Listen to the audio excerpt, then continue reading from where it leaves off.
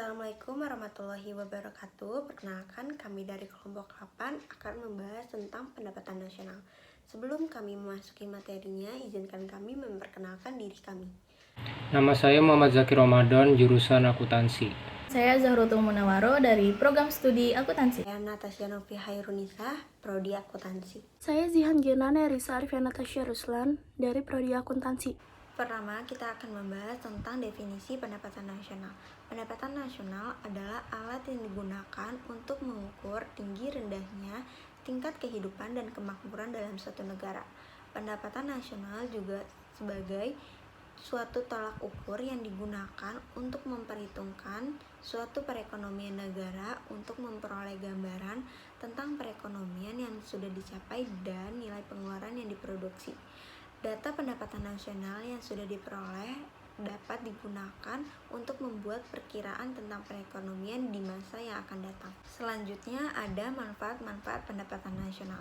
Yang pertama, mengetahui tingkat kemakmuran suatu negara. Yang kedua, mengevaluasi kinerja perekonomian dalam skala tertentu. Yang ketiga, mengukur perubahan perekonomian dari waktu ke waktu. Yang keempat, membandingkan kinerja ekonomi antar sektor. Yang kelima, sebagai indikator kualitas hidup suatu negara. Yang keenam, sebagai indikator perbandingan kualitas standar hidup suatu negara dengan negara yang lain. Yang ketujuh, sebagai ukuran dan perbandingan pertumbuhan ekonomi dari waktu ke waktu. Yang kedelapan, sebagai ukuran dan perbandingan pertumbuhan ekonomi dan kekayaan antar negara. Faktor-faktor yang mempengaruhi pendapatan nasional. Yang pertama, permintaan dan penawaran agregat. Permintaan agregat adalah suatu daftar dari keseluruhan barang dan jasa yang akan dibeli oleh sektor-sektor perekonomian pada berbagai tingkatan harga. Sedangkan penawaran agregat menunjukkan hubungan antar keseluruhan penawaran barang-barang dan jasa yang ditawarkan oleh perusahaan dengan tingkat harga tertentu. 2. Konsumsi dan tabungan. Konsumsi adalah pengeluaran total untuk memperoleh barang dan jasa dalam suatu perekonomian dalam jangka waktu 1 tahun. Sedangkan tabungan adalah bagian dari pendapatan yang tidak dikeluarkan untuk konsumsi. Yang ketiga ada investasi. Investasi adalah semua pengeluaran yang digunakan untuk menciptakan modal baru. Tujuan dari investasi adalah untuk menggantikan bagian modal yang sudah rusak dan menambah penyediaan modal yang ada. Materi selanjutnya dibawakan oleh teman saya yaitu Zaroto. Selanjutnya masuk ke konsep pendapatan nasional. Yang pertama yaitu ada produk domestik bruto atau gross domestic product. Produk domestik bruto adalah jumlah produk berupa barang dan jasa yang diperoleh dari unit-unit produksi di dalam batas wilayah suatu negara atau domestik selama satu periode. Dalam menghitung GDP jumlah pasar, yang harus diperhatikan adalah jangan sampai ada perhitungan ganda atau double accounting. Dalam konsep GDP meliputi barang dan jasa yang dihasilkan oleh warga negara pada suatu negara, baik di luar negeri maupun di dalam negeri. Selanjutnya yang kedua yaitu ada produk nasional bruto atau gross national product. Produk nasional bruto (PNB) meliputi nilai produk barang dan jasa yang dihasilkan oleh masyarakat dalam suatu negara atau nasional selama satu periode. Dalam menghitung besarnya GNP berdasarkan harga pasar, yang harus diperhatikan yaitu jangan sampai ada perhitungan ganda juga.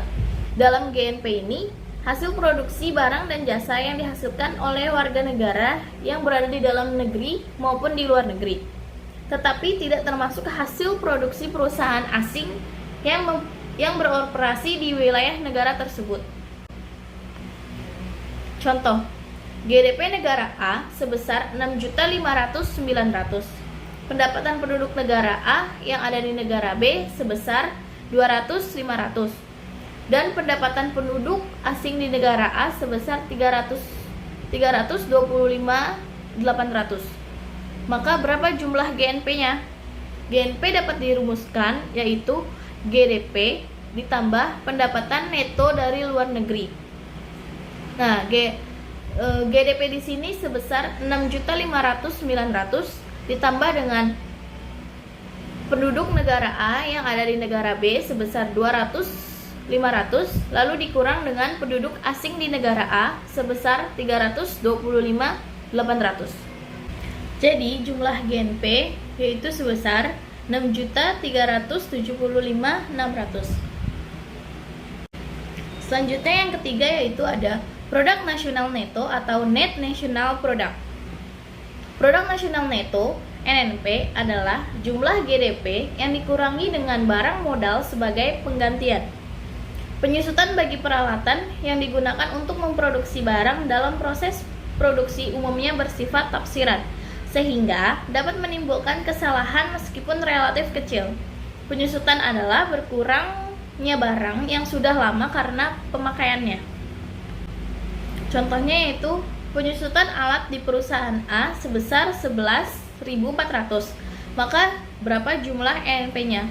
NNP dapat dirumuskan yaitu GNP dikurang dengan penyusutan. Tadi kita udah dapat GNP-nya yaitu sebesar 6.375.600, lalu dikurangi dengan penyusutan perusahaan A sebesar 11.400, maka hasilnya 6.364.200. Jadi jumlah NNP di sini adalah 6.364.200.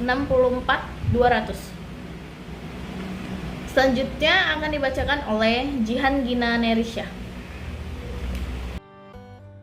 Baik, saya Zihan dan di sini saya akan melanjutkannya. 4. Pendapatan nasional neto atau net national income. Pendapatan nasional neto adalah pendapatan yang dihitung dari jumlah balas jasa yang diterima oleh rakyat sebagai pemilik faktor produksi. Besarnya net national income bisa didapat dari net national product dikurangi dengan pajak tidak langsung dan subsidi. Pajak tidak langsung yaitu pajak yang beratnya dapat digeserkan kepada pihak lain. Contoh pajak penjualan, pajak impor, bea ekspor, dan cukai-cukai. Sedangkan subsidi adalah bantuan dari pemerintah kepada masyarakat. Contoh kasusnya pajak penjualan barang sebesar 125.000 dan subsidi sebesar 30.000. Maka berapa jumlah net national income-nya?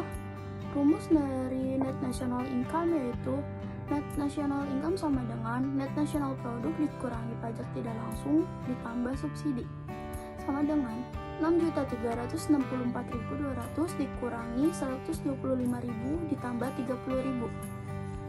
Hasilnya 6.269.200. Maka itu adalah hasil dari net national income. 5. Pendapatan perseorangan atau personal income.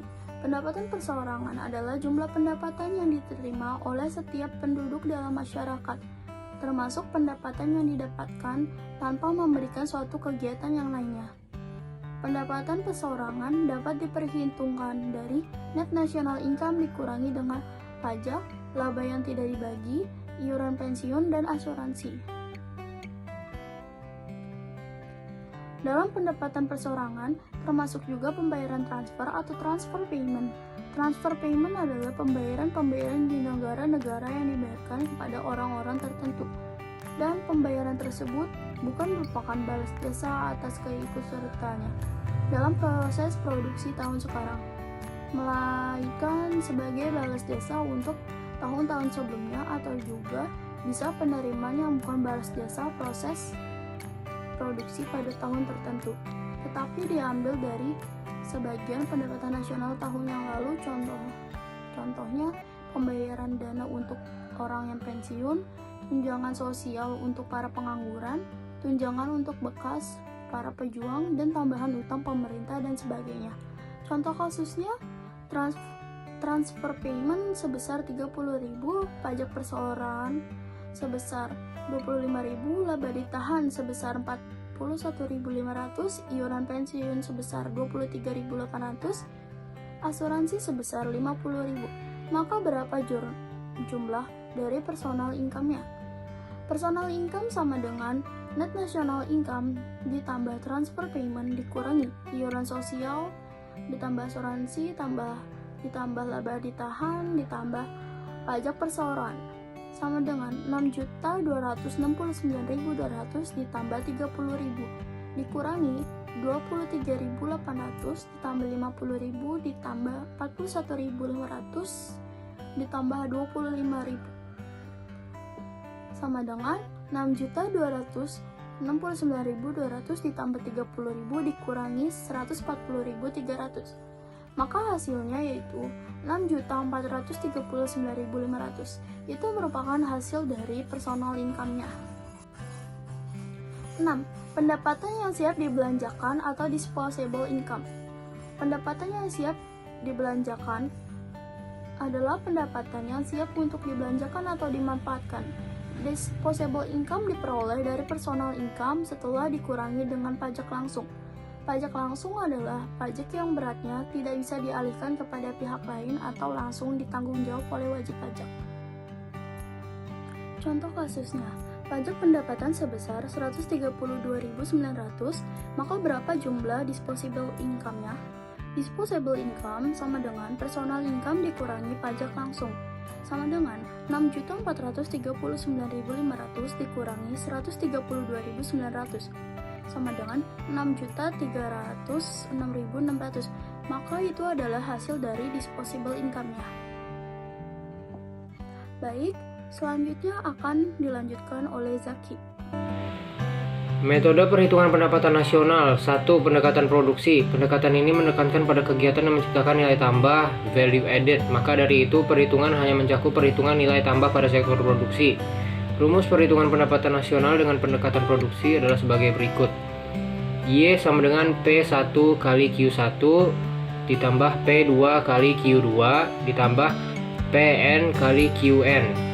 Keterangan, Y sama dengan pendapatan nasional, Q2 sama dengan jumlah barang kedua, P2 sama dengan harga barang kedua, Q1 sama dengan jumlah barang ke-1, P1 sama dengan harga barang ke-1, PN sama dengan harga barang ke-N, QN sama dengan jumlah barang ke-N. Contoh, diketahui data harga barang dan jumlah yang diproduksi pada negara A, B, C pada tahun 2016 sebagai berikut. Nama barangnya yaitu kain batik, sepatu, dan beras. Harga barang dalam rupiahnya, kain batik berharga 250.000, sepatu berharga 350.000, beras berharga 100.000. Jumlah barang dari kain batik adalah 20.000, sepatu 5.000, dan beras 100.000. Berapa besar pendapatan nasional berdasarkan pendekatan produksi? Diketahui P1 sama dengan 250.000, P2 sama dengan 350.000, P3 sama dengan 100.000, Q1 sama dengan 20.000, Q2 sama dengan 5.000, Q3 sama dengan 100.000. Y sama dengan P1 kali Q1 ditambah P2 kali Q2 ditambah P3 kali Q3.